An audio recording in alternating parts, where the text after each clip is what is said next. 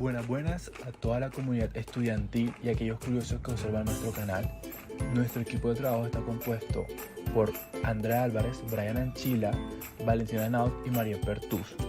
Y bajo la tutoría de nuestro docente de la Cátedra de Teoría de la Personalidad 2, Óscar Javier Martínez Pardo, especialista en Psicología Clínica y magíster en Psicología, les hablaremos acerca de la teoría pentafactorial.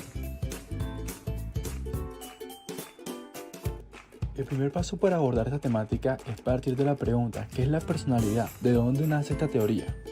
Bueno, el término personalidad posee una raíz etimológica en la palabra latín persona, que alude a las máscaras que los actores utilizaban en las representaciones teatrales de la Grecia clásica, y cada máscara se asociaba con un tipo de carácter específico. Por lo tanto, desde la teoría pentafactorial o teoría de los 5 factores, se entiende la personalidad de una visión biológica, pues afirma que los rasgos de personalidad se interpretan como tendencias básicas que tienen sus raíces en la biología y que interactúan con influencias externas, incluida la cultura, en la formación de las habilidades, hábitos, gustos y valores del individuo.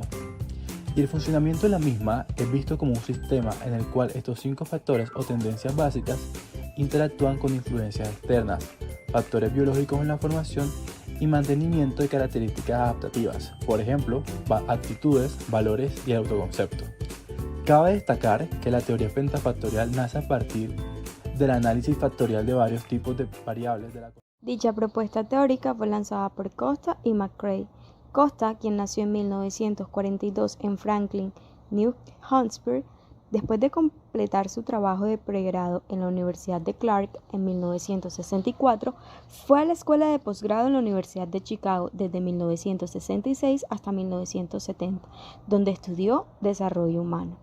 Enseñó también durante 2 años en Harvard y 5 años en la Universidad de Massachusetts, Boston, desde 1973 hasta 1978, antes de trasladarse al Instituto Nacional del Envejecimiento en Baltimore, donde él y McCrae han estado desde entonces. Es miembro también de la Sociedad Gerontológica de América y la Asociación Estadounidense de Psicología y expresidente de la Sociedad Internacional para el Estudio de las Diferencias Individuales. El profesor Paul Costa es uno de los más prestigiosos investigadores de la personalidad a nivel internacional. Actualmente es presidente de la International Society for the Study of Individual Difference y director del Laboratory of Personality and Cognition de Baltimore. Y McCrae, quien nació en 1949 en Maryville, Missouri, estudió filosofía en la Universidad Estatal de Michigan desde 1967 hasta 1971, pero pasó a la psicología para su trabajo de posgrado en la Universidad de Boston desde el 71 hasta el 76.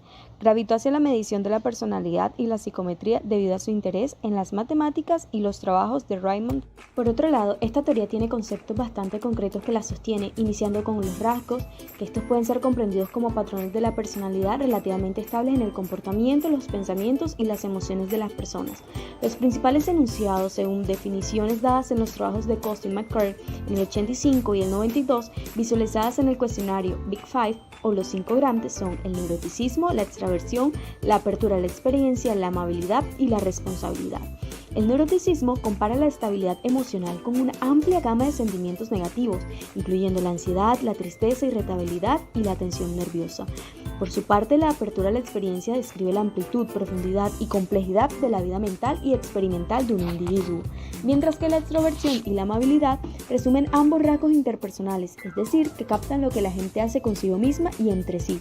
Y por último, la responsabilidad describe básicamente la conducta dirigida por una mecánica de tarea y meta y el nivel de control socialmente requerido que se tiene sobre los impulsos. Pero, ¿habían escuchado alguna vez de la estabilidad longitudinal, la estabilidad transituacional y la hipótesis léxico-fundamental? Pues aquí te hablaremos un poco. La estabilidad longitudinal hace referencia al mantenimiento de patrones estables en largos periodos de tiempo en sus rasgos principales, mientras que la transituacional hace referencia a la variabilidad de los rasgos según el contexto. Y finalmente, la hipótesis léxico-fundamental habla acerca de que, con el tiempo, las diferentes individualidades más relevantes en la interacción humana han sido codificadas como términos únicos dentro del lenguaje. Cabe resaltar que este cuestionario fue muy popular porque evalúa la personalidad según las escalas tipo Likert, donde se pretende establecer una tendencia hacia una de las dos esquinas próximas o máximas: muy, moderadamente, ninguno, moderadamente y mucho, que representan la expresión máxima o mínima de esa característica con el fin de establecer el estado de dicho rasgo evaluado. Para entender mejor cómo se produciría un perfil, proponemos el caso de Tsukishima, un chico de 16 años que ingresa al club de voleibol de su colegio. Es definido por sus compañeros como un chico serio, orgulloso, presumido, sarcástico, inteligente, indiferente y reservado con ciertas cosas. Y teniendo en cuenta esos datos generales, revisemos a continuación su personalidad según los 5 grandes. En primera instancia, introversión versus extroversión. Esta evalúa la cantidad e intensidad de la interacción interpersonal, el nivel de actividad, la necesidad de estimulación y la capacidad de ser feliz.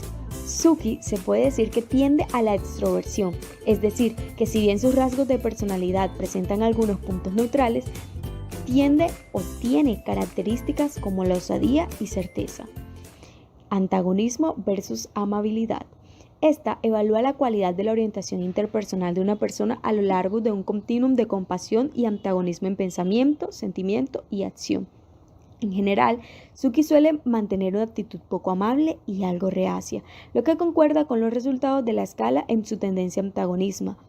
De hecho, en múltiples ocasiones es sarcástico, cortante, prefiere ser fiel a sí mismo.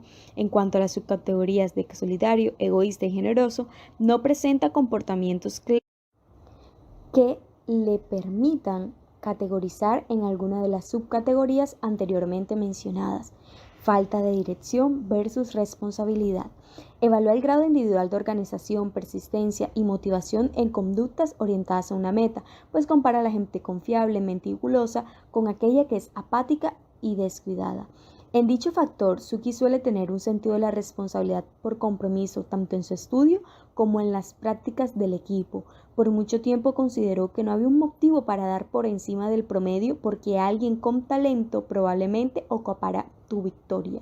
Por otro lado, es posible mencionar que es moderadamente descuidado en lo trabajador porque no da más de aquello que se pide. Estabilidad emocional versus neuroticismo. Evalúa la adaptación versus inestabilidad emocional, pues identifica individuos proclives a la tensión psicológica, a las ideas fantasiosas, las ansias o urgencias excesivas y las respuestas de tolerancia inadaptadas. A grandes rasgos, Tsuki tiene más subcategorías de ser una persona estable emocionalmente y se podría evidenciar en que generalmente se encuentra calmado y relajado. Sin embargo, también tiene características relevantes en el aspecto de neuroticismo y se puede evidenciar que por momentos puede llegar a sentirse presionado o con sentimientos de ineficacia.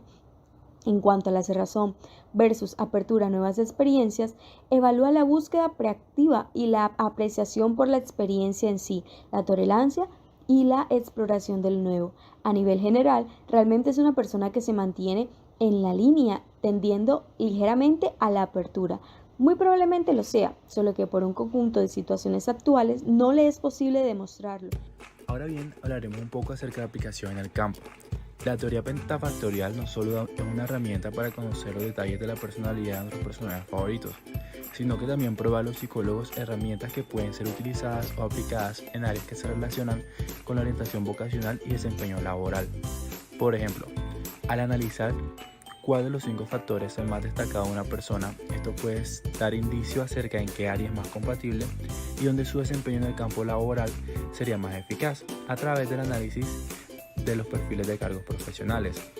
En cuanto al diagnóstico clínico, esto puede ser utilizado al interpretar y analizar los extremos de los rasgos de personalidad. En cuanto al área de salud, esta se puede usar para dar como una referencia. Por ejemplo, las personas con rasgos de responsables pueden tener una tendencia a vivir más tiempo debido a la obtención de hábitos saludables. Y finalmente, ayuda con la elección y planificación de tratamiento psicológico para un paciente. Por último, hablaremos de la relación con otras propuestas teóricas. Si esta teoría te pareció interesante, existen otras que se relacionan a esta y también te pueden llamar la atención. ya que el modelo pentafactorial se encuentra directamente relacionado con la teoría de los rasgos de la personalidad de Allport y también tiene una relación con el enfoque analítico factorial planteado por Cattell y Eysenck. Al tener una noción de persona y ciencia muy similar donde comparten opiniones, cabe resaltar que en cuanto a la integración de los factores de Eysenck y Cattell dentro de los 5 grandes existen correlaciones de gran importancia teórica al demostrar que los modelos analíticos factoriales antiguos se pueden integrar con los 5 grandes y viceversa. Eso sería todo por este video. Muchísimas gracias a todos por ver hasta el final y querer aprender un poco más con nosotros.